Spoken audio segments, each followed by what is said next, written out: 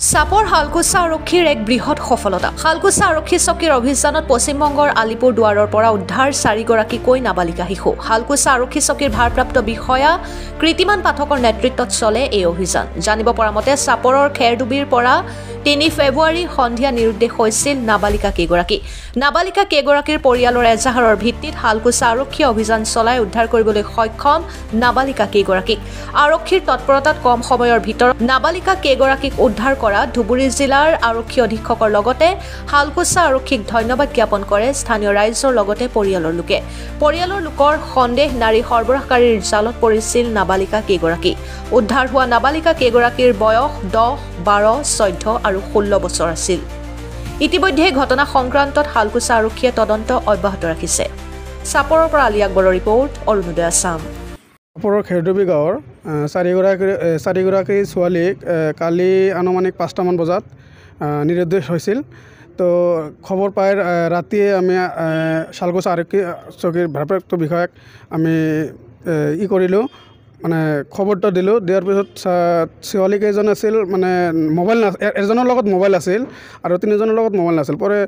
পিছত ফোন কৰি ৰিচিভ নকৰে। পিছত IC ছাৰৰ লগত SP ছাৰৰ লগত যোগাযোগ কৰিলে IC ছাৰ কৰাৰ পিছত ট্ৰেক কৰিলে ক'ত আছে। ট্ৰেক কৰি দেখে আলিপুৰ দুৱাৰ পোৱাই নাই, কিন্তু আলিপুৰ দুৱাৰ পুলিচ ষ্টেচন আছিল প্লেটফৰ্মৰ, তাত যাই আমাৰ IC ছাৰ বাৰু আমাৰ ফেমিলিৰ মানুহ গৈছিল। ফেমিলি মানুহ যাই এতিয়াই অলপ আগতেই শালকুচা আৰক্ষী চকীত লৈ আহিল। আৰক্ষী উদ্ধাৰ কৰিলে। শালকুচা এইটো হ'ল আপোনাৰ আলিপুৰ দুৱাৰ প্লেটফৰ্মৰ পৰা। এইটো আপোনাৰ নাৰী দেশ সৰবৰাহকাৰীৰ লগত জড়িত আছে। ফুচুলাই জোৰ কৰি মানে সিহঁতে একেবাৰে নাবালিকা, এইটো এজনৰ বয়স 12-13 এনেকুৱা হ'ব। 12 বছৰ আছে আৰু আপোনাৰ 14 বছৰ আছে, 16 বছৰ আছে, কিন্তু এজনৰ মানে বয়স হোৱা নাই। প্ৰাপ্ত বয়সটো যিটো এইটো হোৱা নাই। এইটো আমাৰ সন্দেহ কোনোবাই ফুচুলাই লৈ গৈছে, আচলতে বিক্ৰী কৰিলে হয়। প্ৰশাসনক আমি ধন্যবাদ জ্ঞাপন কৰিছোঁ, যিহেতু ইমান জলদি ইমান সোনকালে আমাৰ যিহেতু 4গৰাকী নাবালিকাক শিশুক মানে উদ্ধাৰ কৰিলে, সেইক্ষেত্ৰে আমি শালকুচা আৰক্ষী চকীক মই ধন্যবাদ জ্ঞাপন কৰিছোঁ, লগতে SP ছাৰক ধন্যবাদ জ্ঞাপন কৰিছোঁ। আমাৰ গাঁৱৰ পৰা 4টা ছোৱালী নিৰুদ্দেশ হৈছিল। চিৰগ্ৰাম পাৰ্চিছ খেৰডুবি বুলি কয়। আমাৰ আবেলি 4টা বজাত পৰা নিখোজ হৈ আছিল। আমি ৰাতি যেতিয়া গম পালোঁ যে আমাৰ 4টা ছোৱালী আমাৰ গাঁৱৰ পৰা নাইকিয়া হৈ গৈছে, তেতিয়া আমি শালকুচা ICৰ লগত যোগাযোগ কৰিলোঁ আৰু সেই এই ছোৱালী 4টাৰ ভিতৰত এটাৰ ওচৰত মোবাইল আছিল। সেই মোবাইল নম্বৰটো দিলোঁ IC ছাৰক।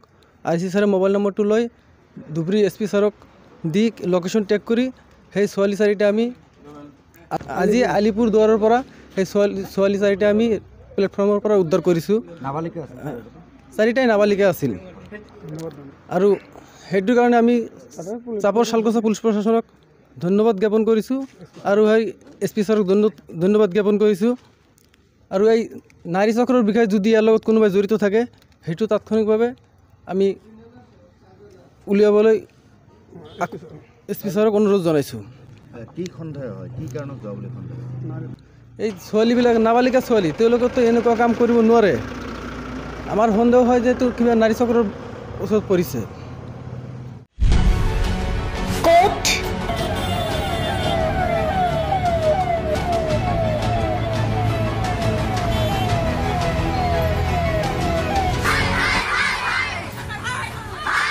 কিয় কেনেকৈ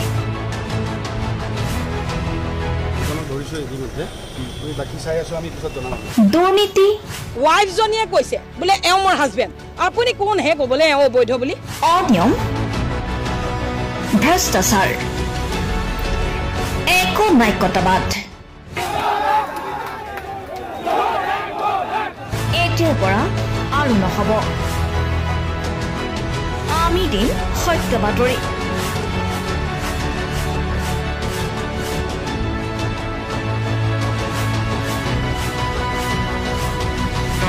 নিজকে সংস্থাপিত কৰাৰ বাবে শুদ্ধ ৰূপত নিৰ্ভীক নিৰপেক্ষতাৰে আমি সাজু। অসমৰ উন্নয়নমূলক যাত্ৰাই আজি এক নতুন দিগন্ত ভৰি দিছে। অসমৰ ৰাইজৰ পৰা আমি সদায় আশীৰ্বাদ বিচাৰোঁ আমি এনেকৈ যাতে আমাৰ জননী জন্মভূমিক সেৱা কৰি যাব বিচাৰোঁ। অৰুণোদয় অসম নিৰ্ভীক নিৰপেক্ষ